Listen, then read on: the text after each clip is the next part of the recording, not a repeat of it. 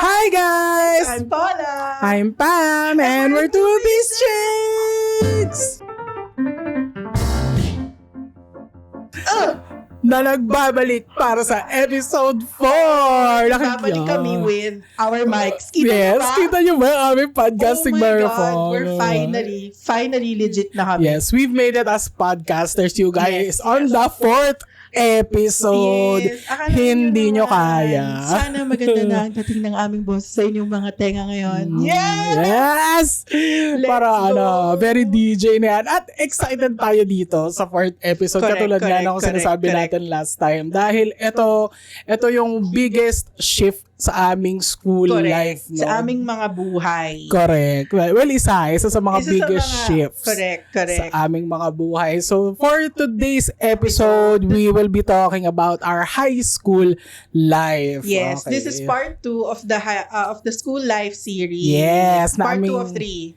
Yes, part 2 of 3 na aming sinimulan last episode with our preschool and grade school kwentos, ganyan. Correct. Tulad nga ng sinasabi namin, very excited kami sa episode na to. True. Kasi bukod sa ang daming, isa to sa mga yun nga, sabi, pinakamalaking Changes sa in buhay our namin. lives. Yes. Ang dami naming first time na na-experience dito sa Yes. years True. na to. Okay, so we will follow the same agenda. Meeting. Agenda?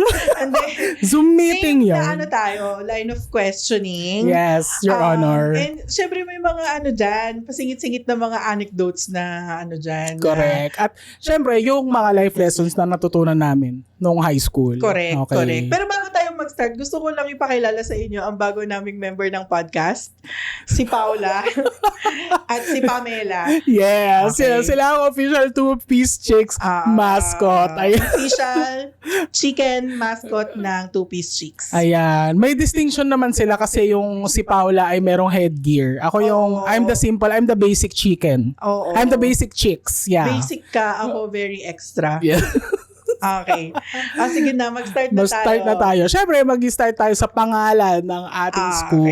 Okay. So, ito na yung lagi naming sinasabi na International School! So, Yes. kami ay galing sa Kolehiyo San Agustin, Makati. Or for short, CSA Makati. Yes, So, CSA forever. It's in Dasmariñas Village sa Makati. Makati. Doon siya sa loob ng Dasma. Yes. Tapos yun, international school nga yun siya. Yeah, totoo naman. Kasi talagang doon kami nagkaroon ng classmates na iba-ibang lahi talaga. May mga Iba-iba. Koreans kaming classmates. Koreans, Indians, yung mga kaklase Americans. namin. Meron din din. Americans actually. Ayun. So, from a very, very small school na dating 1 section, 2 section lang. Napunta Yes. kami sa school na 11, 10 ang section bawat grade level. So, imagine nyo na lang kung paano yung culture shock nun. Tapos, parang hindi pa ata kasya sa football field ng CSA yung school namin dati. So, sobrang laki niya. So, ayun ang isa sa mga culture shock din. Kasi ang laki nung sobrang laki nung school. Talagang kung bago ka doon at wala kang alam, wala kang friends, maliligaw ka talaga for sure doon. Oo. Kasi ang laki. Yun yung unang-unang culture shock. Well, for you rin. Feeling ko sa'yo, iba ang experience. Lalo sa akin kasi syempre for the past 6 years galing ka sa school na pag pumasok ka sa gate, kita mo na yung dulo ng school. Ganun siya kaliit. Oo. Pero dito hindi. Pag pumasok ka sa CSA, sobrang ang dami niyang pa niyang mga lugar. Possible talaga na maligaw ka. Oo, hindi mo makikita yung dulo hindi mo makikita yung borders kung papasok ka sa gate. Doon sa dati naming school, pag pumasok ka sa gate, kita mo na yung borders. Kita mo kung hanggang saan lang siya. So, ayun, sobrang share nga natin yung backstory nito na ito ay pangarap ng ating yes. Parang din to, isa to sa mga katuparan ng dreams ni Mama. Which, kahit ako din, and feeling ko siya din naman, very, very proud of sa ganun nangyari na nakapag-aral kami sa ganitong school. So, ang kwento sa amin ni Mama noon, dati, yung mga alaga niya, yung mga inaalagaan niya noon, na doon sa family kung saan siya nagtatrabaho is, hinahatid niya lang yung mga anak doon sa CSA. Tapos parang sinabi niya, parang ganda ng school, sabi niya, one day, yung mga anak ko dito mag-aaral. Ayan. So, ayun, nag-entrance exam Okay, Nag-entrance exam sila, mga kapatid. Kaming tatlo, nag-entrance exam kami. Pero hindi sila pumasa.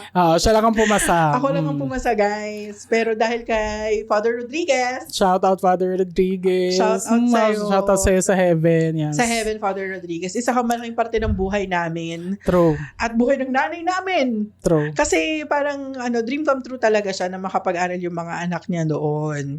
Correct. So, basically, ganun nangyari. Nag-entrance exam tapos parang pinakiusap. Pinakiusap na Straight A student naman, di ba? Sabi ni Oo. Mama. Actually, nung nagpunta kami sa office ni Father, nung nakita niya yung transcript ko, kasama ako nung nakiusap. So, yun yung first time na nakilala ko si Father Rodriguez. Hindi ko malilimutan nun yung itsura ng office niya is, ang combination niya is dark wood with reds, ganyan. So, very, alam mo yung makikita mo sa mga, yun yung office, yung, tawag dito, office room ba sa bahay? Home office. Yun yung makikita mong home office ng mga old money, ganyan. Ganun yung dating. Tapos, ang distinct na amoy na naalala ko nun, amoy roses yung niya. Yung office niya. Oo. So, ayun, nung time na hindi lang ako nagsasalita, ang lang, parang ang make lang ng case si Mama. So, nandun lang ako, nakaupo lang ako, pinapanood. Dala niya yung report card mo? Dala niya yung report card ko, transcript, everything. Tapos, ayun, nagkukwento siya, ganyan na my daughter would be an asset to the school, eme. Ako nakaupo lang ako doon, pinapanood ko lang si Father Rodriguez, who was listening intently lang, as in, okay, ganun. Tapos nung nakita niya yung transcript, report card, hindi na siya nagsalita, kuha ang endorsement slip, pak, welcome to CSA, my dear, make us proud. Ayun, so sobrang hindi pa siya nag-sink in nung paglabas ko ng office. Tapos nung first day nga, yun na, it became so real na, okay, dito na nga talaga ako mag-aaral, ganun. Which is, ayun, yun talaga, super pangarap ng mami namin. And then, natupad siya. Sobrang talaga, that's a great story to share na, 'di ba, na dreams do come true. Saka yan talaga, pinaglaban talaga yan ni Mama. Oo, true. Kasi yung tatay namin dati wala siyang pakialam sa klase ng school. Gusto ni Daddy noon, public school kami mag-aaral. Kasi ang iniisip ni Daddy, school naman yan, pare-pareho yan. Pare-pareho lang yan. Tapos ang motto niya pa noon, kung boboy ang anak mo kahit saan mo dalhin. Ganun to. Totoo naman eh. Yung sabi ni Daddy dati. Tapos para si Mami ayun niya, pinaglaban niya na may pera ka naman, kaya mo naman pag-aralin yung mga anak mo sa ganong eskwelahan, why not? Which is good decision din talaga na pinaglaban ni Mami. Kasi hindi lang education wise yung nakuha namin doon, yung network na na-build namin doon. Social skills, connections, ganyan. Yun yung hindi mo matatawaran sa ganong klaseng school na if you make it there, mas parang mas maraming doors ang mag-open para sa'yo. Tama din naman. And bukod doon, kaya ang sinasabi ko na talagang nilaban siya ni Mama is halfway through the journey of us being enrolled dun sa school na yun, is nawala si Daddy. True. So, parang nung year ko, nung pumasok ako doon, wala na si Daddy. And imagine that 5 years pang bubunuin ni Mama yung school na yun. Pero nilaban niya talaga, as in, talagang iginapang niya ang pag-aaral namin sa CSA. True. Inilaban talaga ng patayan ng aming mother. Mama, here we are. Yes. Graduate na rin si Mama sa pagpaparal. So, yes. Kaya relax ka na lang dyan at kami na ang bahala. We love you, Mama. Ay, naging Mother's Day special. Mother's Day special. Full series na to. Okay. So, yun nga. Ang name ng aming school. Colegio CSA Makati. Colegio San Agustin, Makati. Okay, simula tayo sa most memorable classmate. Classmate.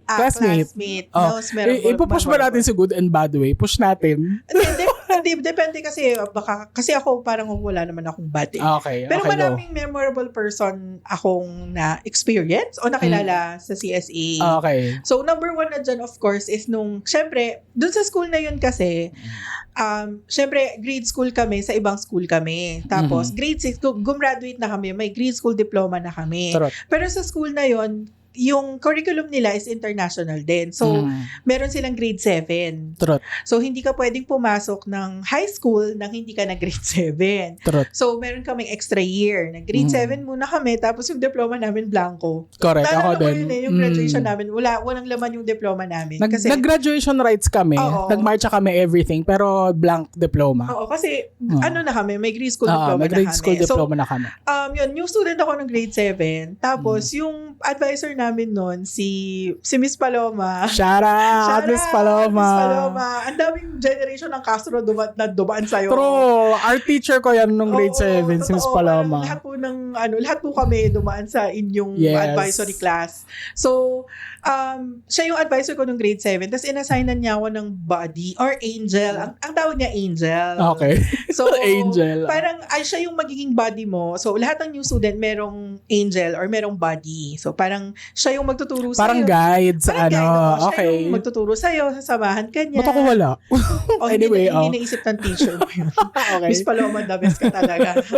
So, ayun, siya yung, meron siyang inassign sa akin basically na angel. Tapos, she's very, very bubbly na babae. Tapos, din siya, very cute din siya na babae. Tapos, na-amaze ako kasi sobrang humble niya kahit part siya nung yung mga populars na clique nung time na yon. Yes. So, sa school na to, uso yon. Yung may mga clique na. May grupo-grupo. So, parang part siya nung parang group of friends na yon. Pero kahit parang new student yung na-partner sa kanya, parang sinasamahan niya pa rin ako, tinuturuan niya ako and all that. Tapos, mahilig siyang, very artsy din siya na person. Mahilig siyang mag-lettering.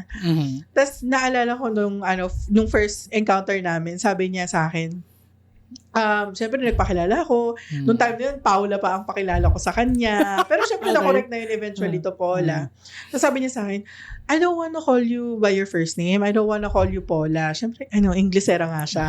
So, sabi ko, okay, anong gusto mong itawag sa akin? Let's use your second name, sabi niya sa akin. I wanna call you Bianx. Yes! Wow, nagka-social screen name pa yan siya. Oo, guys. Tapos ang spelling pa nun, may X sa dulo. Okay, so B-I-A-N-X. Bianx. Oo, ganun. Tapos, nilettering niya yun, tapos binigay niya sa akin yung parang paper na yun. Tapos, ayun, ang bait-bait niya. Kaya lang, nahiya akong siya, kasi nga, baka sabi, feeling close naman yung masyadong to. Ay, grabe. Pero yun, very memorable yun. Kasi syempre, yun yung first year ko sa CSA. Tapos, nakakilala agad ako ng ganong klaseng tao. Grade 7 yon. Tapos nung high school naman, ang dami din. Meron akong kaklase noon. Kaklase ko siya for 2 years ata. Si Krish. Hi, Krish. Si Krish. Kung nanonood ka, if you're there. Hi, shoutout sa'yo. Pero yan, the best yung tao na yan, as in. Tapos, sobrang tinanggap ako ng pati pamilya niya. As in, parang naalala ko noon, lagi akong napupunta sa bahay nila sa Magallanes. Hasta, ang gagawin ko nun, tatawagan ko ng si mama or ito-text ko or kung ano man, notify ko si mama na or sabihin ko sa driver na hindi ako, mag-overnight ako sa bahay nila Krish. Tapos, the next day, papasundo na lang niya ako dun sa bahay nila Krish. Tapos, sobrang at home ako dun sa bahay nila to the point na yung stash nila ng mga snacks, kumukuha ko dun. Hindi ko nagpapaalam. Oo, tapos yung ref nila, kumukuha ako doon ng mga chocolate. Hindi ako nagpapaalam. Tapos pag maghahanda na ng pagkain, inaakyatan din ako ng pagkain. Wow. Oo, sobrang Tapos pati si Tita Tina, hello po. Oh, grabe. Sobrang bait talaga ni Tita Tina, yung mami niya. Sobrang bait. Ang tawag niya sa akin, Paula Bear. Wow! Paula Bear sa akin. Yeah, yun. Very memorable yan si Krish. And of course, si Brian. Si Brian yung best friend. Parang best friend ko siya nung time na yun. Tapos, sa UST din siya nag-college. Brian Castillo. Okay. Diname drop na natin. Shoutout sa'yo, Brian. Hindi kilala ko kasi siya. Akala ko sa UST na kayo nagkakilala, pero Agustinian pala siya. Klase ko siya. Okay. Fourth year ko siya kaklase, tapos fourth year, third year ata kaklase ko siya. Tapos, sa UST din siya nag-aral. So, ayun. Accountancy din siya sa UST? No, engineering siya. Engineering siya. Okay, Ayun, sila ang mga very memorable na people na very, very humble din kahit common misconception na na pag ganong school. Snotty ka agad. Lahat kayong mayaman, na snob. Hindi guys, meron kayong makikita doon na ang yaman-yaman nila pero mas jejemon pa sila sa inyo. Actually, Alam mo yan si Krish? Hindi pa uso ang memes nun. Iyan, marunong nang mag-memes yan. Sinisendan ako ng mga memes yan before, kaya sobrang grabe din yung humor niya. Nice, kaya ayun, very memorable yung mga taong yan sa CSA. Ikaw? Well, ako, katulad nga, pares tayo nung grade 7 na new student. Diba? So, parang, noong time na yun, ako yung klase ng bata na pag natatakot ako, I make it a point na hindi ko pinapakita sa iba. So, I'd rather like suffer in silence than ask for help. Ganun ako Hindi ka nagtatanong. True. Ayan, so parang nung time na yun, kung magtatanong ako sa teacher, like saan po yung CR, ganyan, yung how to get around the place kasi nga sobrang confusing. Doon ako nakakita ng isang building na yung design niya is kita mo lahat ng classroom pag tumayo ka sa isang end. Square kasi siya di ba? Tapos parang may butas sa gitna. Parang courtyard sa gitna. Oo, tapos so, kita mo lahat ng classrooms ganyan, paikot per floor. Ganon. So kung nung time kasi ngayon hindi pa ako hindi pa ako masyadong sa directions. Ngayon medyo okay na, pero at that time sobrang talaga ako. Sobrang wala akong idea. So for natanong naman ako sa teacher, sa advisor, ganyan. Pero yung makikipag-friends ka para like meron kang angel o mag-a-approach ka ng iba para humingi ng tulong, hindi talaga. So I'd rather maligaw ako dun sa mataranta yung teacher ko dahil bigla ako nawala kaysa yung hihingi ako ng tulong sa classmates. So nung time na yun, ayun nga, parang doon kasi, well, hindi mo naman masisisi kasi mga bata, 'di ba? Parang they stick with their group. So kung hindi ka kasali sa kahit anong group, 'di ba? Talagang hindi ka nila papansinin kasi doon sila sa friends nila, 'di ba? So nung time na yun, ang pinaka-memorable person sa akin is this girl na siya, artsy ganyan. Ang pinaka natatandaan ko sa kanya, lagi siyang may coloring book na dala. Tapos siya yung unang-unang taong nakilala ko na nagko-coloring book siya, ang gamit niya color pencil. Kasi nakalakihan natin crayons, 'di ba? Sa kanya ko lang nakita yung gumagamit siya ng color pencil. At saka pag nag-color siya, hindi siya yung basta hindi siya basta magkulay lang, Meron siyang light perspective. May yung, di ba? Yung nag-iiba kasi yung kulay pag tinamaan ng ilaw yung parang siyang animated film, magkulay. Yung 2D animated films before that we know. Ganun siya magkulay. Kaya hangang-hanga ako sa kanya, paano kaya niya nagagawa to? Ganun. Dati nga hindi niya pa alam nun na tinitignan ko siyang, pinapanood ko siya, pag nagko-color siya, ganyan. Ino-observe ko lang siya, tapos ayun, sobrang creative, artistic niya, ganun. Tapos siguro napansin niya na pinapanood ko siya, ganyan. Tapos isang recess time, parang sinamahan niya ako, parang siya yung lumapit sa akin, siya yung nag-approach sa akin na, hi, you're the new student, right? Ganyan. EOP sila doon, guys. So, yes, I'm Pam. So, doon, parang doon ako nabansagan na Pam kasi sa dating school, Pamela talaga. Isang solid na Pamela talaga. Doon lang ako naging Pam. So, kasi, ang unang tumawag din sa akin ng nickname na yun is yung advisor namin, Miss Tado. Shoutout sa'yo in heaven. Ayan. Ako may story din ako dyan kay Miss Tado. Later ko na i-share. So, ayan. Yung naging, yes, Pam, ganyan. Okay. Gusto mo samahan kita sa cafetorium. Cafetorium, guys. Ang tawag namin sa aming canteen. Cafetorium. Kasi, yeah. Longest canteen in Asia. In Asia, yan. Para siyang food court literal. As in, isang mahabang ganon. Mahaba siya. I mean, rightfully so. Kasi ang daming estudyante doon. True. Hindi mo sila pwede. hindi pwedeng gano'ng karami. Tapos 3 lang yung magtitinda. Hindi pwede. Hindi ma-accommodate lahat. So, parang siya, scope, yung canteen is lahat ng levels. Preschool, grade school, high school. Gumagamit ng canteen na yun. Correct. Hindi siya yung separate.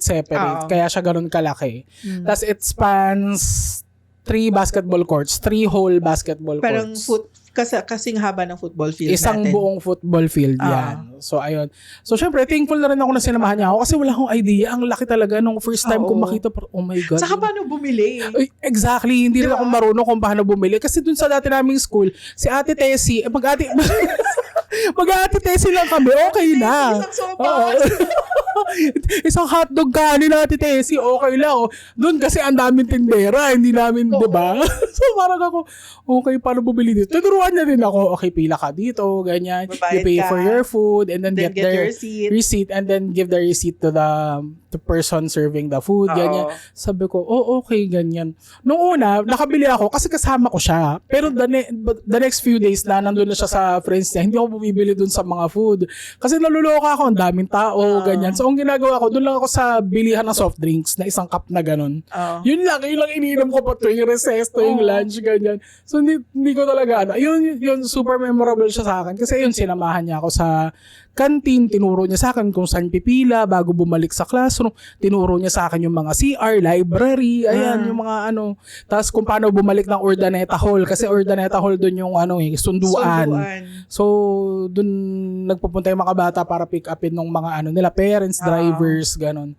So, after nun, ayun nga, the next day, parang balik na siya sa friends niya, meron siyang sariling circle of friends. And then, thankful pa rin naman ako sa kanya kahit na hindi kami naging super close. And kaya din siya memorable sa akin kasi siya yung nag-introduce sa akin sa reading as a leisure. Na hindi siya yung magbabasa ka dahil required. Sa school na yun, guys, required pala magbasa. Meron kaming separate subject for that. Grabe. At meron dread ko yun. Alam mo ba? Gustong-gusto ko yun. Wala akong natapos na novel maski isa. Yung Secret Garden, secret pa rin siya. Hindi ko alam kung nasan yung garden, guys. Ay, maganda yung Secret Garden. Pero yun siya, diba? Every grading period, merong isang novel. Isang novel. So, 4 yun per year. Ang very famous na mga novels is yung Island of the Blue Dolphin. Yan, Island of the Blue Dolphins. Secret Garden. A Wrinkle in Time. Ayan, yun yung mga mga award-winning children's books yan. Kaya yun yung nasa curriculum namin noon. So, kami, syempre, ang binabasa ko lang noon kung ano lang yung kailangan. So, itong girl na to, siya yung nag-introduce sa akin siya yung nag-introduce sa akin sa aking first YA novel, young adult novel, entitled Remember Me. Ito kasi medyo dark itong na to, yung kwento na to. 3 siya, trilogy siya. Young adult ba yan? Parang young adult. Young adult yan. Parang hindi kasi dark yung niya, di ba? Young adult kasi yung bida, teenager, okay. yung protagonist. So, it's classified as young adult. Tapos medyo dark yung theme niya. It involves suicide, even murder, ganyan. Tapos parang doon ako unang nakataste ng, ayun nga, yung popular literature. Na-enjoy ko na parang doon ako unang naisip na magsulat ka rin kaya ako ng ganito. Ganon. Tapos, siyempre parang, ayun. Tapos nung time kasi na yun, ang hirap maghanap ng ganong mga libro. Like, super, rare siya sa National Bookstore. Kaya talagang tsempuhan kung makikita mo siya doon na naka-display. Tapos nung time na yun, naghihiraman lang din kami. Tapos nung, siguro a few years ago, na dumalaw ako sa book sale, meron silang isang book doon na combined na yung Remember Me 1 to 3. Binili ko talaga, as in, nung nakita ko siya, tapos nakita ko Christopher Pike, kinuha ko talaga, binili ko kaagad. And then, nag-post ako sa Instagram, and then tinag ko siya, Carla, shout out sa'yo, I hope you remember me. Super, ikaw ang isa sa mga hindi ko makakalimutang tao sa CSA. Thank you so much for your friendship. So, shout out talaga sa'yo. Andiyan pa sa akin yung Remember Me, nandun sa bookshelf ko. And babasahin ko ulit yan pag may time. High school, syempre, alam mo na yan, most memorable Sydney. person, ang nag-iisang Sydney Bascon. Okay. Ito kasi, Pastries by Sydney. i-plug na rin namin. Shameless plug na rin, Sydney Cakes and Breads na siya ngayon. Okay. Sydney Cakes and Breads, ayan. Order niyo yung dyan, Braso de Mercedes, oh my God. Mag-order kayo, parang awa niya na sobrang sarap. Sobrang sarap niyan, as in. And also yung tres leches cakes niya, sobrang dabis. Lalo yung ube, my God. Sige, padala ko yung address ko, ha. So, kami yan, si Sydney, parang second year lang kami naging classmate. Naano ko siya, nakilala ko siya through another friend that I made nung grade 7, si Ana. Shoutout sa'yo, Ana. Carvajal. Flores na siya ngayon. She got married in January. Shoutout sa'yo. So, ayun na, I met her through Ana. Tapos parang nung time na yun, syempre, nandun pa rin yung mindset ko na kailangan maghanap ako ng ka-size ko. Yeah. Birds of the same feather. Flock together. So, ayun. Ang una ko nakitang person na ganon sa CSA ay si Sydney. At least sa namin, sa year level namin. So nakilala ko siya first year high school, ganyan, through Ana. Magkaiba kaming section noon Si Ana noon ang, kalas ko ba noon si Ana? Hindi. Si Ana ang common friend nyo? Si Ana ang common friend namin. Ibang section na siya noon, magkakahiwalay kami. Tapos, parang yun, doon ko nakilala si Sid na, ayun yun, nakita ko siya, ay, eto na yung same size friend na hinanap ko. Oo. Tapos, merong isang time na, doon na rin siya sa may Urdaneta Hall, naghihintay ng sundo. Oo. Tapos, since doon din ako, ayun, lumapit ako sa kanya, nagpakilala ako, ganyan, I was a new student last year, ganyan. So, 2 years pa lang ako dito sa CSA. And then, we got to bonding, ganyan. Hanggang sa, ayun na, there is this history na tulad din sa inyo pag nagpupunta ako sa bahay nila, parang bahay ko din na for the lamon din ang pagkain nila, alam mo yun. Tapos merong time na mahilig yung daddy niya na Tito Sunny, shoutout sa'yo, mahilig yung daddy niya manood ng yung basketball na PBA games. So minsan sinasama niya kami, nood kami doon, ganyan. Doon ko nakita in person si Chris Aquino at si James Yap. Doon sa isang game. Controversial na yan. Okay. Pero doon talaga, kasi pag nanonood kami noon na kasama sila Tito Sunny, courtside talaga kami, girl. Saka As di mo in, naman naiintindihan yung basketball, girl. wala ko pakialam. Nandun lang ako para makita ng artista, di ba? Which is, si Chris Aquino at saka si James Yap yung nakita ko before. Yun. Tapos minsan, nagdo-dog show kasi sila So, yun yung parang isa sa mga, parang, tawag dito, hindi naman, siguro profession mo na rin na matatawag kasi nagja-judge si Sydney na ngayon ng mga dogs sa mga dog shows, ganyan. So minsan sasama nila ako ganyan. Ang saya kasi pag dog person ka, tapos nandun ka sa dog show, sobrang matutuwa ka talaga kasi andun lahat ng klase ng dogs. Makikita mo sila nilalakad sila sa ring, ganyan. Super. Kasi hindi lang yung lakad na yung magical na. Parang true. Unicorn yung lakad. Para silang nasa pageant talaga. At parang alam nila talaga na nasa pageant sila. So, nakakatuwa na, ayun, yan siya. Hanggang ngayon, friends kami niya. Nagkakilala kami way back in the day. Tapos, ayun, through the years, yan na, hanggang mag-college, kahit na hindi kami same college na punta, may communication pa rin, nagkikita regularly, ganun. So, ayan, yan talaga yung masasabi ko. Sister from another mother, yan si Sydney. Alam mo, nung una ko kayong nakitang magkasama, hindi ko akalain na magiging best friends kayo. Bakit? Kasi ang tingin ko kay Sydney, she is very mahinhin. Mahinhin siya, very prim and proper. Ako? Si Sid, ikaw, kanal ka kasi na tao Ako yung I was the, sa dynamic namin ni Sydney, ako nga yung kanal friend. Totoo, siya yung aircon friend. Siya yung aircon na sobrang, di makabasag pinggan. True naman. Puti-puti niya. True. Talaga ba? Magiging friends ba? Parang polar opposite sila. Oo. Siguro kaya tumagal din kami as ganun. Kasi nga, very different kami. Pero, alam mo yun, yung relationship namin is talagang parang we don't love some things na kaming dalawa, meron din pa rin naman kami mga common ground. Na parehas kaming diehard Swiftie niyan, ni Sydney, ganyan. Kung di nga lang ako busy nung nakaraan, sumama ako nanood ng Eras yan sa Singapore. So kung di lang ako talaga busy, siguro sumama ako sa kanya. At aminin natin kung may pera lang ako nung time na yun, sumama ako sa kanya. Pero nanood siya ng Eras. Tapos yung mga, although yung iba yung tastes namin sa movies, ganyan. Sa boys, ganyan. Magkaiba kami ng taste. Meron pa rin kaming, we still find that common ground na to bond over. Tsaka hindi naman all the time kailangan pareho, di ba? True. Yun lang, parang sa akin lang, knowing both of you guys. Parang hindi mo aakalain. Hindi mo aakalain talaga na magiging super close friends kayo. Siguro sa kanya, parang dahil nga ako yung kanal na friend, sa kanya ako kumukuha ng aircon inspiration. Tapos, sana si Sydney din. As a aircon friend, nakakakuha siya ng kanal inspiration. Okay. From me. Ayun. So, yun ang mga memorable people na in a bad way.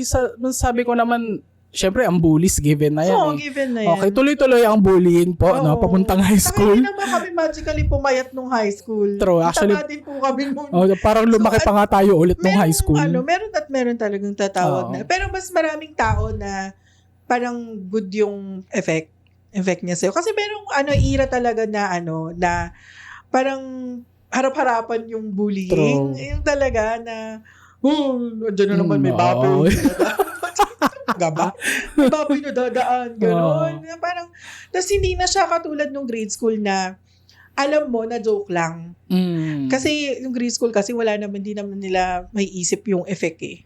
Pag high school kasi, andun alam mo na yun eh. Nandun For na yung sure. intention. Alam mo na. Parang may intent ka ng manakit ng tao. True. Pero wala, given yan eh. Sa lahat ng antas ng buhay, hindi lang naman high school, grade school. Kahit nga nung magtrabaho kami, may ganyan pa din. Hanggang ngayon po, yung mga tita po namin. Sorry po. Joke lang. Shout out. Shout out mo ba? Shout out, tita. Tumaba po ako this year. Joke. Ayun, so ako naman masasabi ko, walang particularly person. bad. As in isang person, wala. Oo. Pero syempre, nandyan pa rin nga yung mga makakapanakit sa'yo, either intentionally or unintentionally. Pero kasama sa paglaki yan eh. So, Church experience. Yes. Ayun. Okay, next question. Sino ka sa classroom? Sino ako sa classroom? Of course, ng grade 7, new student ako, no? So, lahat ng bagay kailangan ituro sa akin. Tapos mayroong mga bagay talaga na parang akong tanga na nung mga lang nangyayari. Like what example? Merong one time, homeroom. Kasi sa CSA merong homeroom period. Yung first 30 minutes ata nung day is homeroom period siya. May meet kayo with your advisor. Oo, tapos parang free kayo to do whatever you want. Meron kasing parang area dun sa classroom na merong mga novels na parang nakalagay doon. So, pwede ka magbasa. Or pwede ka gumawa ng homework kung hindi mo nagawa yung homework mo the night before. Tapos, biglang may pumasok na dalawang estudyante. May dala silang box. Parang alam ko na yan. Pinatong nila sa teacher's table. Sa teacher's table sa harap. Tapos, yung mga klase ko tumatayo. Anong nangyayari? Bakit tumatayo sila? Tapos may kinukuha sila doon sa box. Tapos, iba-iba yung kulay niya. May orange, may red, may green. Tapos, pagkakuha nila, upo sila. Tapos, okay, sige, punta din ako, kuha din ako. Ano pala yun? SRA ang tawag nila. Tapos, babasahin mo yon, reading comprehension siya. Babasahin mo, tapos meron siyang quiz. Tapos iti-take mo yung quiz, tapos parang gradean mo yung sarili mo. Pag natapos ka na dun sa level na yon, move on ka na sa next. Yes. Ayun, thankful naman ako sa mga katabi ko. Tinuro nila sa akin na, ganito yung gagawin mo, punta ka doon, kuha ka ng isang Okay, booklet. that's nice of them. Oo. Very nice din naman ng mga tao din sa CSA.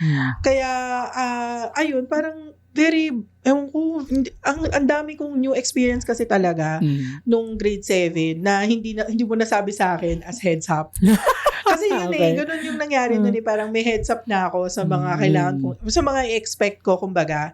Pero syempre, yung mga nangyari sa loob ng classroom, yung mga klase ko nun yung mga nagtuturo sa akin. So, yun, new student ang sa akin nung grade 7. Nung nag-high school na, ayan na yung yung meron ka ng friends of friends, yung may friends ka, pinakilala ka sa iba, tapos friends mo na rin sila. So, ako yung person na parang very smile ako. Happy ako na person kasi. Okay. In general, happy ako na tao. So, happy din ako pag meron ako nakikilala na ibang tao.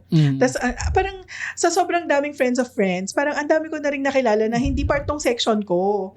Tapos kahit ako na-amazing ako, talaga, naging friend ko siya, nakausap ko siya at a certain point of time. Achievement yun pag doon na new student ka. Ang daming tao. Tapos yun, very smile nga ako, very friendly na lagi akong bungis-ngis nga kasi. Ewan ko ba kung bakit. Tapos naalala ko nun, sobrang lagi akong bungis-ngis. Meron kasi kaming ACP. Pag fourth year may ACP. Hindi ko alam kung ano ibig sabihin ng ACP. Basta, siya. Aerospace Cadets of the Philippines. Aerospace Philippines. Parang ROTC. ROTC siya nung high school. Pero siya, Air Force counterpart kasi kami. Air Force kami, guys. Ganda yung uniform namin. Blue, tapos yes. meron kaming gano'n, na hat. Parang lalagyan ng french fries na gano'n. Yung Basta may gano'n. Hindi. Yun. Tapos, syempre, pag ako yung sa troop, o sa flight ang tawag eh. Sa flight, na lagi akong, Castro, bakit you smile? Ganon, lagi. Ikaw lagi yung natatawa. Bakit your smile? Ang ibig sabihin nun, hindi ka pwedeng, parang wag kang ngumiti. Kasi ako kasi pag naka-attention kayo, di ba? Ganon, pag ROTC, naka-attention kayo, di ba? Tapos ako yung very, ay, ang saya. Smile. Ini-smilean ko lahat ng tao. Kasi yung flight leader ko, ini-smilean ko siya. Kaya ako yung laging, bakit you smile? Ganon lagi. Tapos, tas ako din yung very, yung mamasid ako, yung titingnan ko, ano kayong ginagawa ng ibang flight doon? Castro, look straight! No, mga ganon. Ako yung lagi, Castro, hindi dadaan yung isang Thursday na walang Castro! Na hindi ako pinapagalitan ng flight leader ko. Yuwa, I'm so sorry. That's like the worst time to be observing, di ba? Pero parang na-amaze kasi ako, kahit init ako dun sa field. Take note, nakabilad kami ng guys. For the bilad yun. Tapos pag nakaano pa kayo, yung uniform na type. Sobrang init pa ng uniform. Sobrang init. Tapos naka-leather kayo. Tatakbo kayo sa field. So, ayun, yun ako, very smile ako na person. Kaya parang, thankful din ako kasi ang dami kong nakilala nga through friends of friends. Tapos, yung iba pa dun, parang na-appreciate din nila na parang nakilala nila ako kasi nga sinasabi nila lagi, you're very funny, ganun. Lagi nga akong smile nga lang kasi ako noon, mahilig ako magpatawa ng mga... So si Miss Congeniality nga yan siya. Tsaka happy nga ako noon. Gusto ko masaya lang. Tsaka very masayang experience din ng CSA kahit na sobrang culture shock siya. Parang ang dami ko ding nakilalang friends sa CSA, in fairness naman. So, parang ganun ako sa classroom. Very smile lang ako. Tapos, kung anong mo sa akin, pagawa mo sa akin, gagawin ko. Kasi nga, makapal din ang mukha ko. Ganun din. Na-carry over sa high school. Ikaw. Ako nung grade 7, yun nga, same, the new girl, ganyan, new student, ganon na. Pero, yung sa'yo, kung yun nga, did you ask your classmates to help you? O talagang meron namang times na itatanong mo, uy, anong gagawin? Pero meron din naman iba na nagkukusa sila pag pag nakita nila na parang nahihirapan ka gano'n, di mo alam gagawin mo. Okay. So ako, very closed off kasi ako nung grade 7. Ganyan. Siguro dahil sa takot ko na din, ganyan na baka ma-judge, gano'n. Basta, ayun nga, I'd rather suffer in silence. Ganun talaga ako. Very ganun yung eksena ko nung grade 7. Tapos, parang, ayun nga, yung ang naging friend ko lang noon, like friend, si Ana lang talaga, yung lagi ko nakakasama ganyan. Although, may mga nakilala ko rin naman yung mga classmate ko, like by name, ganun. Pero, hindi ko sila naging friend na kasama ko after class, yan. Kakain, uwian, ganun. Hindi. So, very closed off akong bata. Siguro masasabi ko na I was viewed as weird kasi medyo may pagka-loner ako, ganyan. Tapos, hindi nila alam sa isip ko, takot na takot ako. Na parang sa isip. Mag-approach ng ibang tao. Parang gustong-gusto ko kayong kaibiganin, hindi ko lang alam kung paano, parang ganyan. So, you just come off as creepy na parang, okay, ganyan. Dito lang ako sa sulok, magbabasa na lang ako ng book, ganyan, or gagawa ako ng mga kung ano-ano, ganyan. Tapos doon din kasi nagsimula yung pagka-teacher's pet na naging full-blown nung high school. I was the annoying classmate in high school na, Miss, nakalimutan niyo po may quiz dapat today. Oh my God. Miss, meron pong assignment. Ganyan. Trust, nakaka-bad trip akong classmate nung academically nung high school. Tapos siguro yun. Makes sense kung ba't ka nila binubuli. In fairness, yung pangbubuli nila sa akin is not about physical appearance. Yung mga ugali ko. Dahil teacher's pet ka nga kasi. Masyado kong sip-sip noon sa teacher. Ganyan. Ano rin ba? Tagakuha ka ng OHP at ng projector? Hindi naman umabot sa gano'n. Hindi umabot sa gano'n. Pero ako yung... Grabe yung OHP, no? Hindi nyo na alam yung OHP. Overhead projector po yun. Yung may acetate. Correct. Bago naging PowerPoint yan, mga bata. OHP. po ang tawag dyan. Yeah. Tapos doon nagno-notes yung teacher namin. Doon niya pinipentel, ina-underline niya yung mga notes. Correct. Ay, nako, those are the days. Ayun. So, nung high school ako, ayun nga ako yung for the bida-bidang classmate na which, looking back, I understand kung ba't sila galit. Kasi, di ba, parang... Bad trip yun kung ikaw yung walang homework. True. Diba? Bad trip yun. At nung time na yun, parang kung bata ka, like you're not, parang hindi ka dapat, hindi ka dapat ganun kaseryoso sa buhay. Correct. Alam mo yun. Ako, alam mo, priorities mo, iba. ay mo talaga. Kaya sabi ko, parang, okay, I get it. I was the annoying classmate. Pero sa mga friends ko nun, yung mga naging tropa ko talagang okay ako sa kanila. Kasi hanggang ngayon, all through the years, hanggang ngayon, magkakaibigan kami. Oo. Pero yun nga, yung as kaklase mong bata sa classroom, ako nga yung annoying classmate. Ako yung teacher's pet. Ako yung laging nagvo-volunteer na gumawa ng mga bagay-bagay na inuutos ng teacher, ganyan. Para, ayun nga, para pampapogi points nga sa teacher. Although, well, I did try once to run for office, ganyan. Kasi uso dun yung talaga high school. Council ba? High school student council. Meron ba? Okay. Parang, hindi ko na maalala. oo, meron. HSSC. Merong high school student council, ganyan. I think I ran for rep. Batch rep. Yeah. Yan. So, batch rep ba ang tawag nun sa atin? Batch representative. First year representative, second year representative. Okay, I ran for batch rep ng third year yata. Hindi ko na matandaan.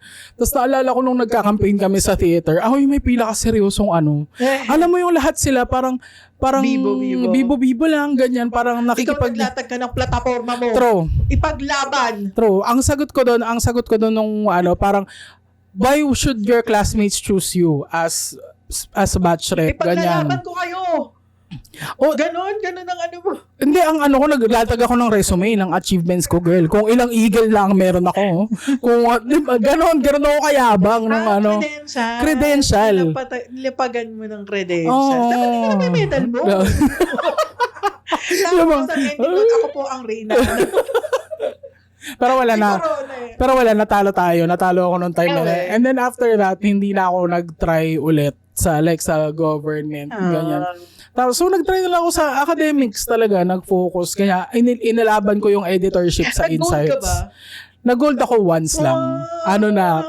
Fourth year na yon, ganyan. Eagle. So, sa CSA kasi merong parang award system. Kada grading, kada lalabas yung report card.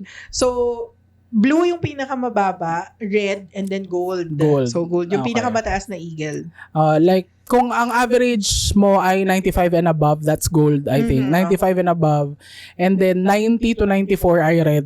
And then, 88 to 89. Or 85. Hindi 85 ba? Hindi 85. 88 to 89 blue. Ayan. So, ayun na, parang sinabi ko noon na karapat dapat akong iboto kasi matalino ako. Ganyan. Basically, kasi matalino ako. Ganyan. Achiever ako. M.E. Ganun. Tapos, tapos ito ba? Bad trip naman na ito. Tapos, sinabi ko pa doon. And I believe that if in order to be a good leader, you have to be a good follower. And I am a good follower. M.E. Ganyan. Kasi teacher's pet nga ako, diba? So, ayun. Tapos parang siguro sa isip ko noon, ang mindset ko is kaya ko kayong hawakan, gano'n. Kaya ko kayong i-represent. Bend the knee. Parang Rocky. Ayun. Yung scene sa Avengers. Ayun. So, I was the annoying classmate nung high school. Tapos siguro, yung... Nag-i-exist pala kayo, no? Hindi, totoo nga yan, di ba? Kasi for the longest time, joke lang siya na may ganung tao. Hindi, may bata talagang ganun. So, nakarelate ka? Nakarelate ako. Hindi, na-witness ko yan lalo nung naging teacher ako, girl. Di ba, nag-high school. Nakita ko talaga yung ganung bata. Shit, ganyan ako nung high school ako. So, nakarelate ako sa kanya. Ka rin? Oh my God. Oo. True, doon mo lang kasi marirealize, oh my God, ganyan pala ako ka-annoying nung So, ayun, doon ko siya na-realize. Yun talaga ako sa Pero, masasabi ko na tumatak, ganyan. Parang yung brand ko nung high school. Ako yung tinatawag nilang Filipino wizard. Yung mga bata kasi doon sa CSA, they have difficulty with the Filipino subject. Kasi, kung hindi sila foreigner, ganyan, lumaki sila sa mga household na English speaking talaga, ganun. So, nahihirapan sila dun sa sarili nating wika nga, ganun. Although, nakakaintindi at nakakapagsalita sila ng basic Tagalog. Pero lapagan mo ng Ibong Adarna Florante at Laura Noli El Fili yan, syempre malalim na yun, malulunod yung mga yan. Eh ako nung time na yun, since pinalaki nga kami sa bahay na masa kami, no? Although meron totoo naman, meron din kami upbringing kasi na yung side nga na formal, English, global ka, you're a global person, ganyan. Pero yung basic upbringing namin, as Pinoy talaga, Pinoy masa, ganun. Saka si daddy din kasi ayaw niya ng ini-English ang English-Englishin mo ko sa pamamawi. General Luna yan. Di ba ayaw niya yung English Carabao? Ayaw niya ng, kung mag-i-English ka, dapat tama mo siyang gagawin. Ganyan. So, kung hindi mo kaya mag-English. Ikaw sabi mo ng grammatically correct na English. Daddy, hirap naman nun. Pero, yun po, ganun kami, kaya hindi kami masyadong English speaking nga sa bahay. Oo, yun yung pag-i-English speaking, nagsimula na yan nun sa CSA kasi kind of required yan para makapag-communicate ka sa classmates mo na hindi nagtatagalog talaga, like the Koreans, mga foreigners. Mga Americans, meron mga, I think may mga Nigerians pa tayong classmate nun eh. Ako sa batch ko dati. Wala akong kaklase nun. Pero mostly Koreans and Indians yung mga klase ko. Sa akin and Indians, pero akong nakilala na Nigerian. North Americans yan. Pero marami talaga Koreans. Marami talaga Koreans. Tsaka the best sila. Ang saya nila maging kaklase. Sobrang riot sila maging kaklase. Sa totoo lang. Alam mo, ang fondest memory ko sa mga Korean is, di ba, sa Korean culture, mahilig sila sa banchan. Banchan ba yung tawag doon? Yung side dish. Di ba sa samgyup, yung side dish. Parang banchan ata yung tawag doon. Alam mo, pag recess, ang dami nilang dala. Ang saya. Parang kami nagsasamgyup tapos parang sa gilid nung, 'di ba, yung classroom tapos may corridors, 'di ba? Tapos minsan pag recess, hindi na kami bumababa sa cafetorium. Meron kami mga baon-baon. Actually wala nga akong baon doon eh. Nakikikain lang ako sa mga klase ko.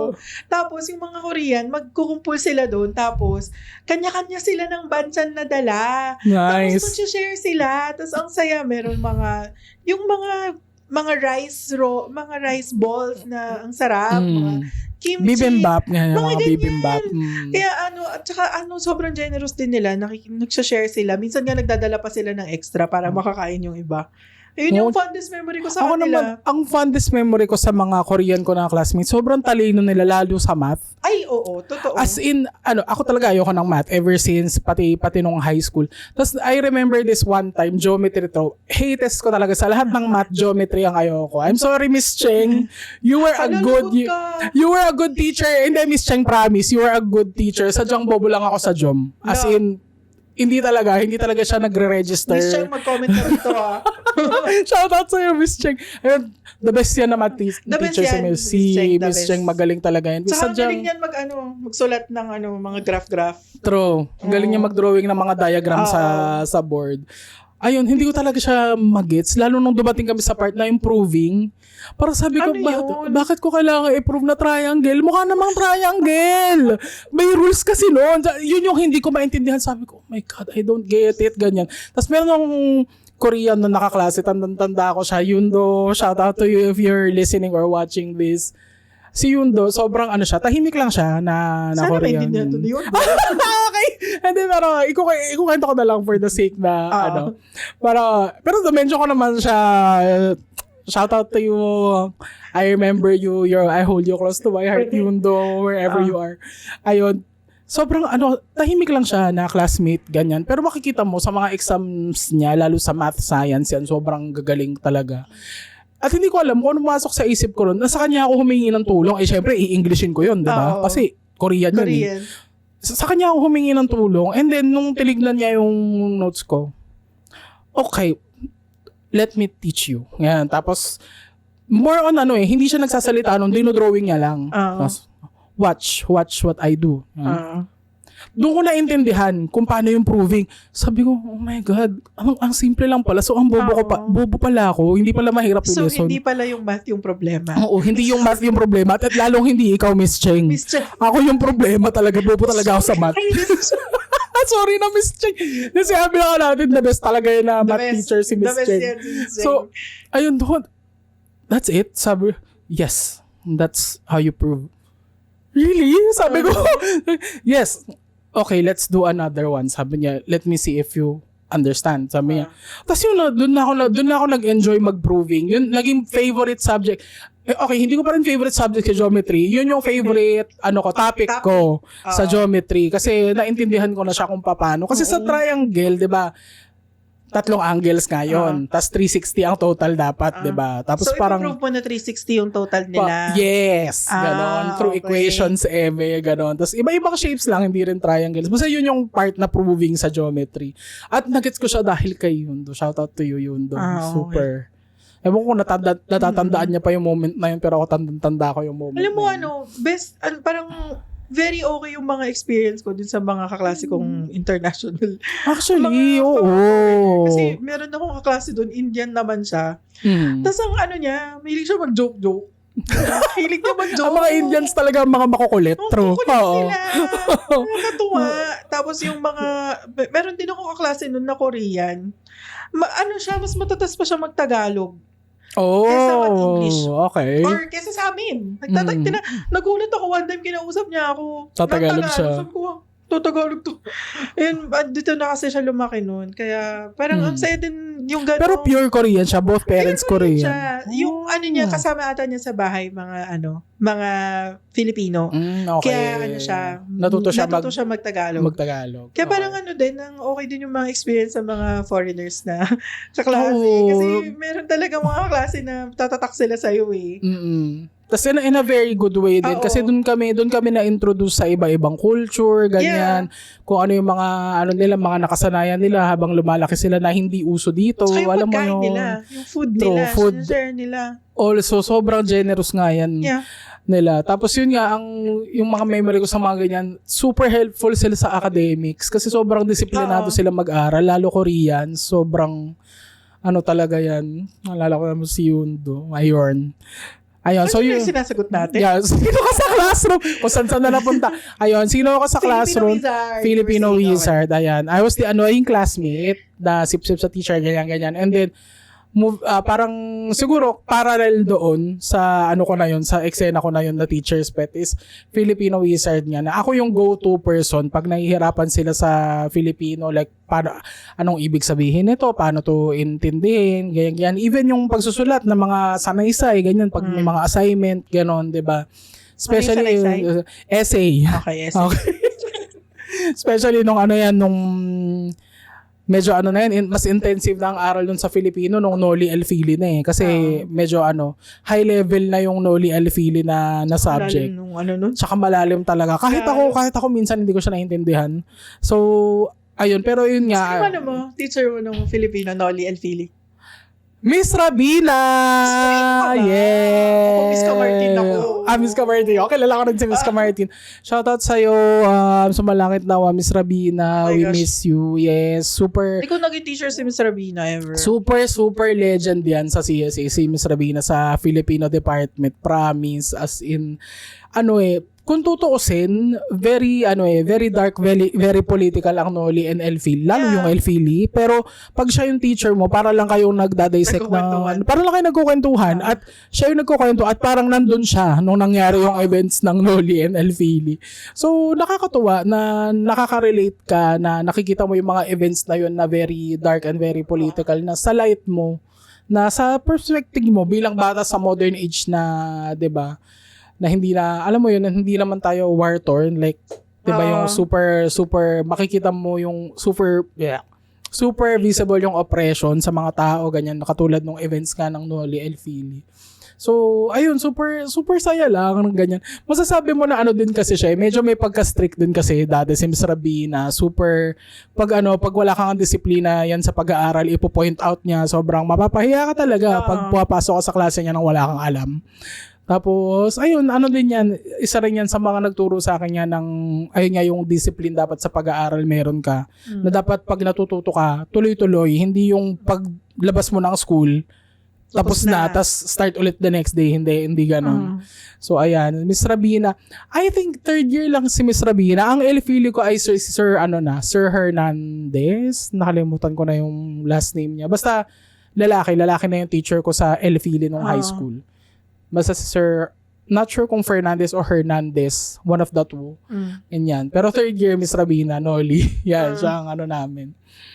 Ayun, may paano pa yan, may parang final exam yan before na pipili ka ng isang Noli character, tapos i-monologue mo siya sa classroom. Oo. Tapos pipili siya ng magagaling na monologue, tapos sa culminating activity doon ka mag-perform. Oo. Ang ginawa ko noon ay si Sisa. Yes. Very baliwan ka doon. Sobra, as in, pero naka 100 ako doon sa final exam na yun dahil in-embrace ko talaga si Sisa. Oo, doon nakakita yung mga kaklase ko ng... naman dahil baliw talaga. Naloka yung mga kaklase ko dahil doon sila nakakita ng matabang Sisa na for the ikot sa classroom. At ngayon na araw ng mga patay, magsiluhod tayo, ganyan. Natuloka talaga sila. At hinanap po si Christine and Basilio for 20 minutes sa loob ng classroom na talagang yung itsura ko nun, yung gutay-gutay yung damit ko. As in, mukha talagang taong grasang baliw na realness, Sisa realness talaga. Yung Sisa na nung baliw na siya kasi merong good era si Sisa na siya, loving mother, ganyan, to her children hanggang sa nabaliw siya. Ayun, yun yung ayan, Filipino Wizard. Kaya yan, parang naging din kasi, naging kilala din ako dahil nga lagi ako nananalo sa mga Filipino writing contest, ganyan. I even won one outside of school international. Parang sa lahat ng mga contestants na pinadala doon sa competition na yun, ako lang yata yung nakapag-uwi ng championship. The rest is either... At tinarpulin ako, guys. Super level siya nun. Memorable moment. Nakasabit dun sa may tennis court yung malaking tarpaulin ng winners at nandun yung pangalan ko. Mabela Castro, ganyan. Naiyak pa nga si Mami nung nakita niya. Yes. Nung sinundo niya ako one time. Joke. Naging Sisa. Ayun. So, yan. Yun ang brand ko noon dati. I was the go-to person for any concerns Filipino. Ayan. Okay. Ayan. So, next na tayo. Eto, favorite and least favorite subject. Favorite subject. Least favorite ko, nasabi ko na math. Miss Cheng, sorry po. Sorry na naman po, Miss Cheng. Pero yun, mahirap talaga ng math eh. Lalo doon kasi doon may algebra na, algebra 1, may trig tayo nun. Meron trigonometry. Geometry. Ano yung isa, may calculus pa yan. Algebra? Calculus? May calculus ba? Hindi ko alam. Basta ayoko ng math. Tapos pa nun, parang the bane of my existence talaga ay fractions. Talaga. I hate fractions talaga. Tapos ipapasimplify mo pa sa akin yung fraction. Doon lang sa CSA lang po ako natutong mag-divide ng fractions. But you still hate them. I hate talaga math. Tapos ang favorite kong subject nun, accounting. Kasi sa CSA, pag fourth year ka, pipili ka ng elective. Elective ang tawag nila. Tapos parang extra subject siya na pwede mong i-take na related sa course na kukunin mo, na gusto mong kunin in college. So, since ako nga gusto mong mag-accountancy noon, merong elective na accounting. Swerte. Okay. Wala pang bio noon. Wala pang bio noon. Anong time ko meron ng bio kasi? Ang kinuha mo ay? Journalism. Pero bakit meron kang Spanish? Meron kang Spanish na subject, di ba? Nung ang college na yun. College yun. Okay, sorry. Ayun nga, ang kinuha kong elective is accounting. Tapos yun nga, very na-enjoy ko siya. Tapos naalala ko nung nagjo-journal pa kami. Journal ang tawag doon eh. Parang malaking papel siya. Kasing laki siya ng A3 kulay yellow. Tapos doon ka maggagawa ng statements. Parang balance sheet statement. Parang ganon. Tapos doon ka mag-entry-entry. Dekamay pa. Tapos pag tapos mo na, double line mo na siya. Ibig sabihin, balance na yung libro mo. Tapos, naalala ko nun, gusto ko rin yung teacher ko nun. Parang sinong teacher mo nun ba? Miss Kizon. Hindi mo siya naabutan. Si Miss Kizon. Naabutan mo siya? Naabutan ko siya. Never ko siya naging teacher, pero I've heard stories about her. Nakakatuwa talaga yun si Miss Kizon. As in, ang tawag niya sa mga estudyante niya, dinosaur. Mga dinosaur. Kopyahin niyo to. Tapos yung magtuturo siya, tapos susulat lang siya sa board, tapos expect niya na alam na ng mga estudyante niya. Minsan, I think siguro sa akin nagigets ko kasi nga gusto ko nga yung accounting. Pero yung mga klase ko nun, mega kopya sila sa akin kasi nga, gets ko nga yung accounting, tapos gusto ko nga siya. Tapos yung the best yan si Miss Kison, para lang kami naglalaro pag nagtuturo siya ng accounting. The best. So, siya na rin ang favorite teacher. Okay. Ako naman, least favorite. Nandun na nga tayo sa math, no? Kasi Sorry hindi na ko naman, Miss Cheng. Shoutout ulit sa'yo. Sino ang math? Sir Salazar. Hindi ko naging teacher si Sir Salazar. Sir Salazar, first year ka. Sir Salazar! Yung sinasabi ko nga, shoutout Sir Salazar. Pero hindi ko siya naging teacher. Ayan. Naging advisor ko siya ng first year and math teacher ko rin siya ng first year. Yun yung first, well, meron naman na tayong idea ng algebra ng grade 7, di ba? Kasi pahapi may algebra eh. Pero nung algebra na ng first year, no. Parang, ako yun nga, sige nakaamin natin, kaya lang ako natutuwa sa math kasi nga, pogi si Sir Salazar. Yun. Pogi nga yan siya.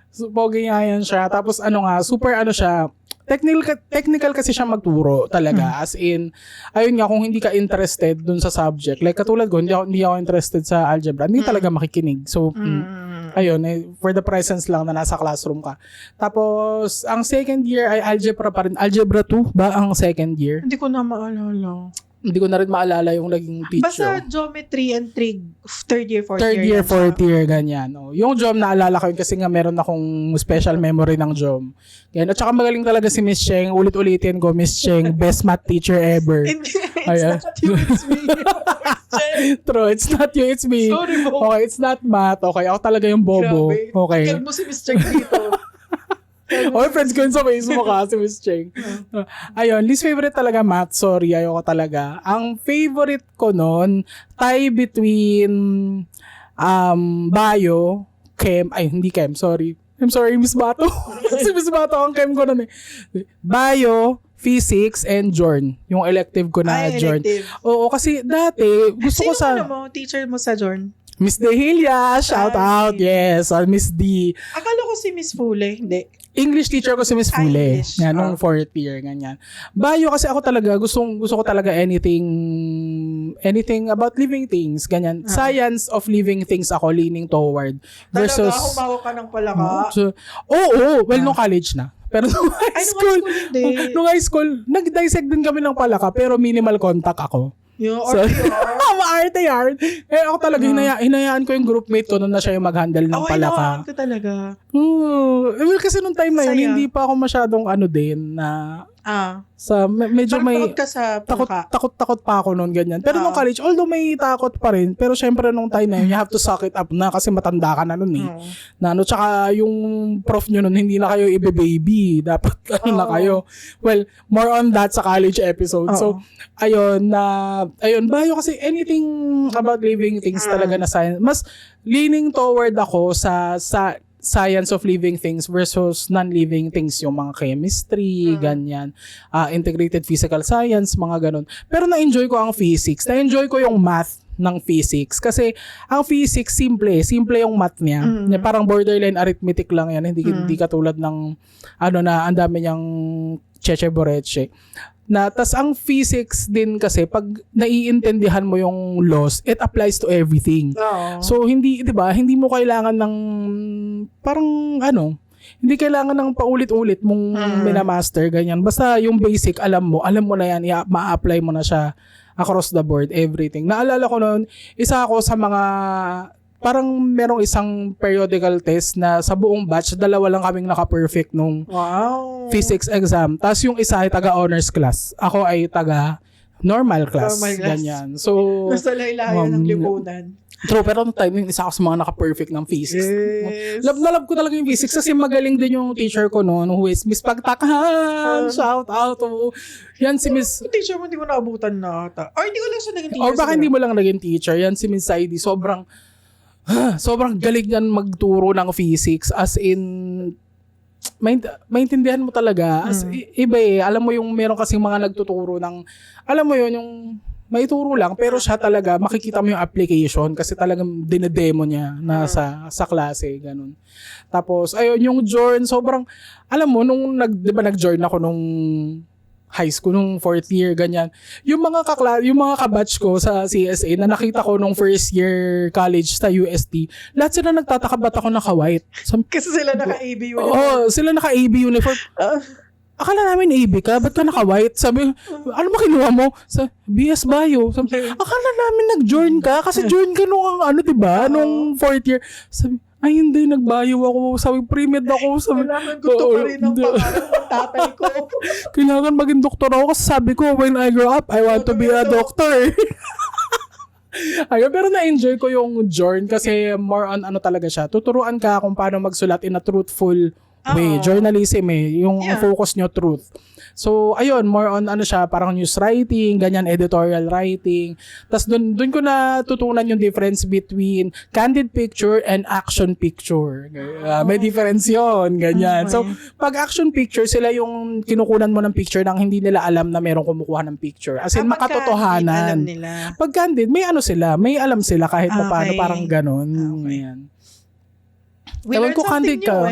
Oo, candid ba tawag nun? Basta parang sa context kasi pag sinabi mong candid, you have parang little knowledge na merong kumukuha ng picture. Pag action, yun yung makikita mo sa dyaryo na mga pictures, ganyan. Pag makikita mo yung mga pag may bagyo, yung picture doon na ina-evacuate yung mga tao, ganyan. Yun yung action picture yung tawag.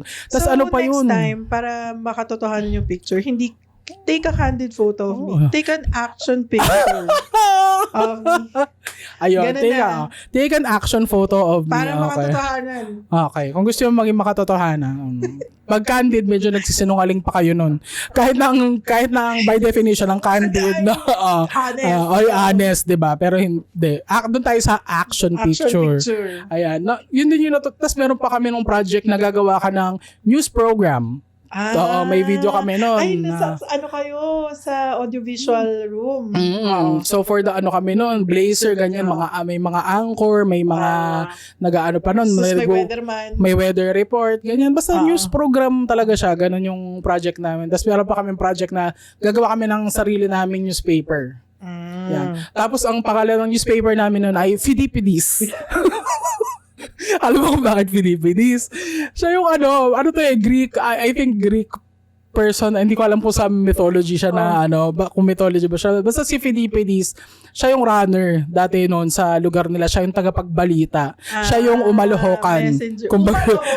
Siya yung umalohokan, kumbaga doon sa old Filipino barangays yan. Tapos ang motto namin noon ay run for the truth. Yes. Fidipidis, run for the truth. Kasi tumatakbo nga si Fidipidis, di ba, pag nag-ano siya, namamalita siya, ganun. Run for the truth. Run. Actually, ito na yan. Oo, gano'n kami. Yung anchor kayo, tapos run for the truth. May ganun.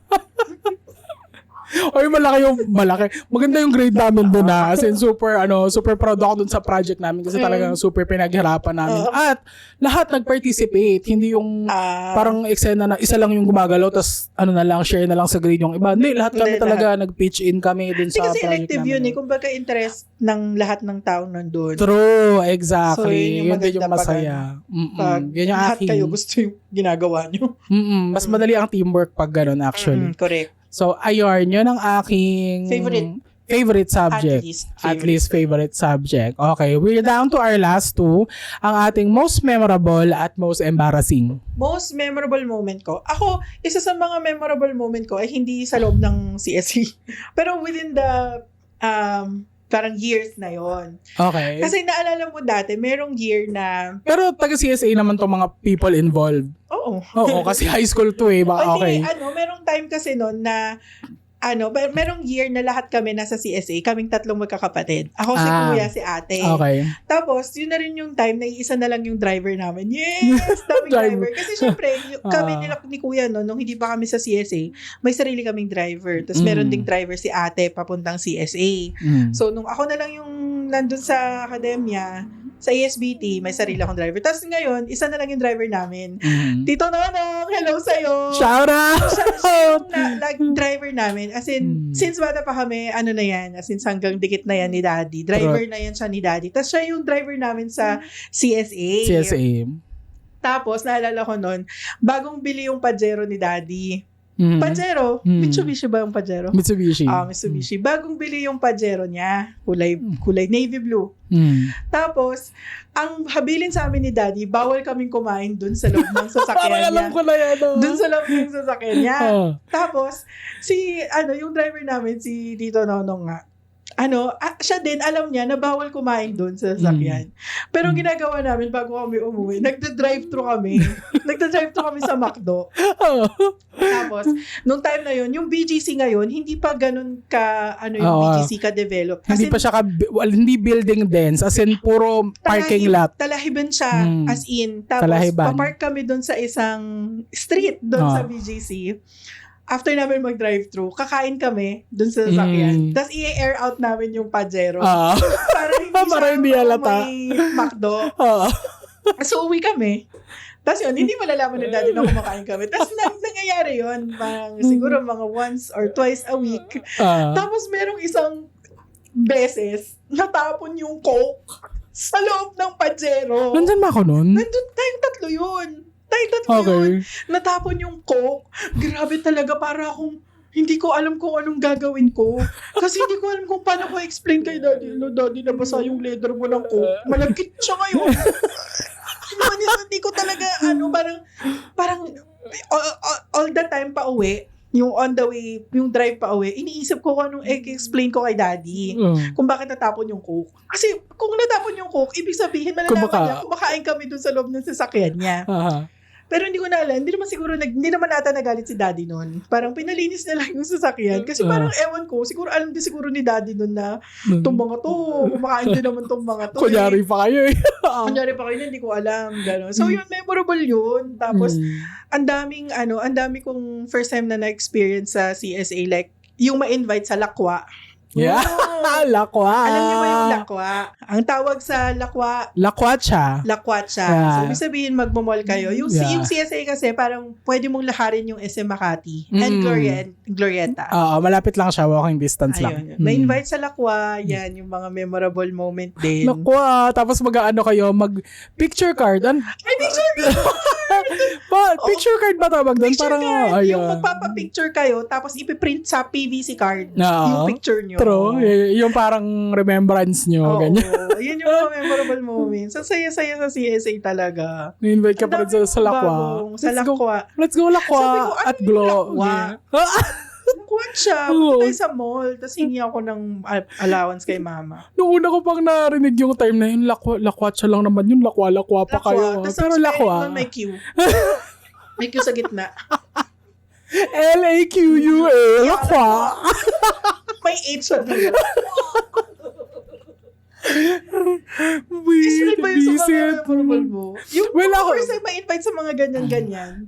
Well, ako kasi, yung mga, yung group of friends ko nun, hindi sila mahilig sa Lakwa. Kumbaga, ang namin nun, ang bonding namin nun, yung, kakain kami sa cafetorium, ganyan. Kung magmamall kami, hindi like after school hours. Ganyan.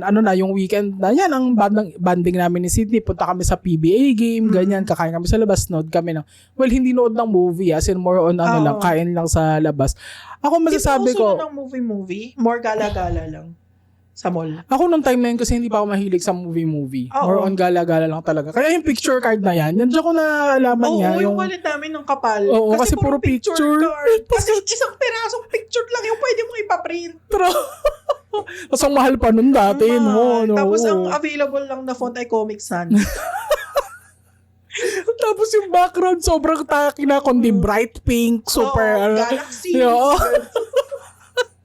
True. Ayun, super, din. Ganon, siguro hindi ako nakasama dun sa Lakwa na yung like after class, ganyan. Pero, nakapaglakwa din naman kami nung friends ko, pero hindi nga lang within the day na yung tipong naglalakad kayo sa mall, naka-uniform kayo. Hindi kami ganon. Pero, ayun, most memorable ko sa CSA, mamaya ka na sa most embarrassing, no? Most memorable ko muna. Okay, most memorable sa CSA, yung doon ko nakuha, doon ko napanalunan yung first writing award ko. Kasi, etong na to, parang sumali ako nung grade 7 ng pagsulat ng sanaysay, hindi ako nanalo. Tapos yung teacher ko noon, Miss Tado, sumalangit nawa, I miss you, I love you so much. Sobrang, isa yan sa mga origin story ko na siya yung unang nag-encourage sa akin na sumali ng writing contest. At ang alam niya lang sa akin noon, ang piece of information lang noon na alam niya sa akin para i-recommend niya ako sa ganong klaseng endeavor is salutatorian ako nung grade 6. So feeling niya tali-talino ko siguro, no? So nung nag-a-announce siya, Filipino teacher siya, 'di ba? So nung buwan ng wika, alam niya lahat ng activities for buwan ng wika. Isa doon pagsulat ng sanaysay nga. So, ayun, in-announce siya sa klase namin, anyone who wants to join one of the contests, you're welcome, please register, ganyan. Tapos ako, hindi ako kumikibo, nasa isang sulok lang ako noon. Kasi nga, 'di ba, parang creepy kid nga ako noon na ayoko makipag-socialize. Tahimik lang ako. Tapos nilapitan niya ako, Pam, would you like to try pagsulat ng sanaysay? Ganyan. Tapos tinignan ko siya, bakit? Anong basis mo ng ba't mo ako pagsasalihin ng ganyan? Tapos yung look sa mukha niya na parang you can do it, try it, ganyan. Yung very motherly na kaya mo yan, sige try mo lang. Sabi ko, okay po. Ganyan, nag-okay ako, pumirma ako dun sa registration form, Ayun, hindi ako nanalo. In short, hindi ako nanalo. Kasi nga, hindi ko alam yung ginagawa ko, sa totoo lang. Kasi noong time na yun, ang alam ko lang isulat, mga slogan, ganyan. Pag nutrition month, ganyan. Slogan making contest. Slogan making contest ng grade school. Yan lang sinalihan ko noon na writing. Which feeling ko, nananalo lang kasi may kapit yung pera sa At saka feeling ko rin kasi parang wala ring sumasali na talagang gustong ipanalo yung contest. Alam mo yun, para ma-fill lang nila yung slots ng masabi lang na may sumali. Parang I was the best among those they have to choose from. Yun yung iniisip ko nun. Kaya ako nananalo. Pero ito kasi, ang kalaban mo na dito, talagang mga bata na to na magagaling . So okay, siguro at the back of my mind, naiisip ko, pag nanalo ako dito, masasabi ko na talagang legit magaling ako magsulat. Kasi yung mga kalaban ko dito is ganong level. So okay, umuha ako. Hindi ako nanalo. Pero nung sabi niya na nabasa niya daw yung piece ko . Kasi I think, hindi ako sure kung isa siya sa mga judges. Pero siguro pinapakita yun sa lahat ng teachers sa Filipino department. Ganyan, para makita nila. Nabasa niya raw yung piece ko and she was like, alam mo pa, magaling ka magkwento pero I think mag-excel ka sa maikling kwento nga kasi creative writing ka magaling. Yung opinions sa essay kasi opinions ang kinukwento mo hindi ka pa masyadong honed dun sa ganong klase ng writing. Pero magaling ka magkwento. So try pagsulat ng maikling kwento if you have the chance, ganyan. So nung high school, nung nag-announce na okay, may pa-contest tayo ng maikling kwento, sali ka. Sumali ako. Kasi walang pakialam yung mga Yes, nanalo ako. Kasi sobrang talaga yun, hindi ko yun ine-expect. Kasi wala lang, sumali lang ako dun para try. At saka nandun sa faith kasi nung ni Miss Tado, ni Miss Tina, na baka baka magtagumpay ka sa pagsulat ng maikling kwento. Ang tagal tumatak sa akin noon na baka kasi magaling ka magkwento So sabi niya, so try mo to. Ayun, so nandun yung isip ko na nung narinig ko siya na mayroong opportunity, sige, go. So nag-try ako. Ganyan. Tapos nung nung awarding culminating activity sa theater, ganyan. So parang, every kasi di ba sa school merong buwan ng wika, nutrition month, ganyan. Basta every month merong month na something, na activity. And then by the end of that month, merong program na ginaganap sa school para i-wrap up lahat ng activities for that month. So nung buwan ng wika, ginanap sa theater, culminating activity, doon nag-championship ng sabayang bigkas, ganyan yung mga performative na mga contest.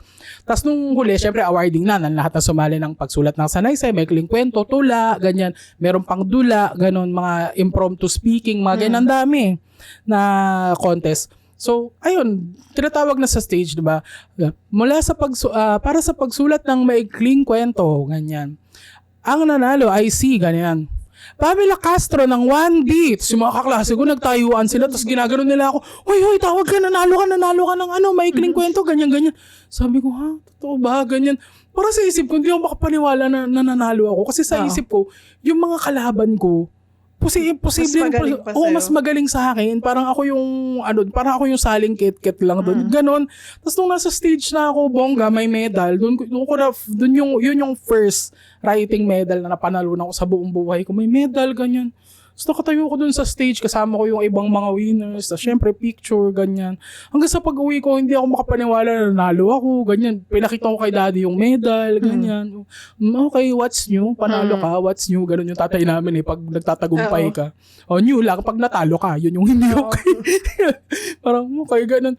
Tapos nakakatuwa kasi dun, feeling ko yun yung nag-cement na dun yung unang pangalan na Pamela Castro na ay ito magaling sa Filipino, ganyan. Kasi same contest, pinalian ko, second and third year. And nung fourth year, pinadala nila ako sa, yun nga, inter-school competition na sanaysay naman to essay na, which is kabado ako kasi yun yung contest na una ko sinalihan at talo. Sanaysay eh. Yan, wala kasing maikling kwento nun na contest. Sanaysay. Yun yung tinarpaulin ka? Yun yung nakatarpaulin, yes. Kasi yun nga yung sa lahat ng mga delegates na pinapunta doon, ako lang yung nag-uwi ng championship na award. The rest, either first runner-up, ganyan. Basta yung championship, kasi yung number 1, ako yung nakakuha for pagsulat ng sanaysay. At ang sanaysay ko noon ay environmental siya na topic. Ganyan, parang ano ang role ng wikang Filipino sa pagpapreserve ng environment. At ang title niya ay Ang Malaking Larawan. The Big Picture. Yes. Mas gano'ng kalaki yan? Kasi laki nung tarpaulin sa tennis ko. Ayun, yun yung title ng aking essay. May ano pa yun eh. Parang, ang malaking larawan, parang colon, tapos meron pa siyang M eh. Humanash pa ako after nun eh. Pero ang main title niya is Ang Malaking Larawan. And ayun nga, isipin nyo ang mga kalaban ko doon, mga taga Lasal, taga Ateneo, as in mga taga ibang international school. At ako ang nag-uwi ng kampyonato. So, ayun, super memorable yun na ayun nga kasi matarpulin yung pangalan mo, diba? Tapos doon nagsimula nga na okay, kaya ko magsulat. So, yes! Kita nyo naman ang aming subtle marketing. Bili na kayo. Ayan. So sobrang galing nating magkwento. Sobra na naman yung oras natin. Kaya, yung producer namin nag-aano na. Ako na may idiot board na yung namin. Wrap up na. Okay, so last na lang. We will cut this na kasi 2 hours na to, girl. Talaga ba? Okay, sorry. Okay, 2 hours na. Marami pang kwento yan. Pero for sure, baka sa ibang may isisingit-singit na namin yan sa ibang mga episode. Pero yes. In short, very, very eye-opening. Yes. And magandang experience talaga yung high school din. For me. I would say life-changing. Yeah. CSA for me was life-changing. Yeah. Totoo. CSA forever. True. Yes. So yan ang CSA forever. Spirit of red and spirit of gold and CSA forever. With that, we are ending this episode. And sana nag-enjoy kayo. See you sa next one, guys. Thank you. Bye. Kuya, tapos na kami. Ang tagal na pala. Kumanda, sa pagbibigay pugay, sa salipaw-paw. Sigaw kanan kamay paw. Paw. Sigaw kalawang kamay paw. Paw. Sigaw kanan kaliwa kanan kamay paw. Paw. Sige. Kuya, tara na. Kuya, tapos na kami. I-text mo kaya siya. CSA forever. Ito yung closing credits sa atin. Spirit of gold and CSA forever. We would always stick together. San Agustin onward. Onward and fight with our men of might and show them that the very best of all is the CSA. Rah, rah, rah.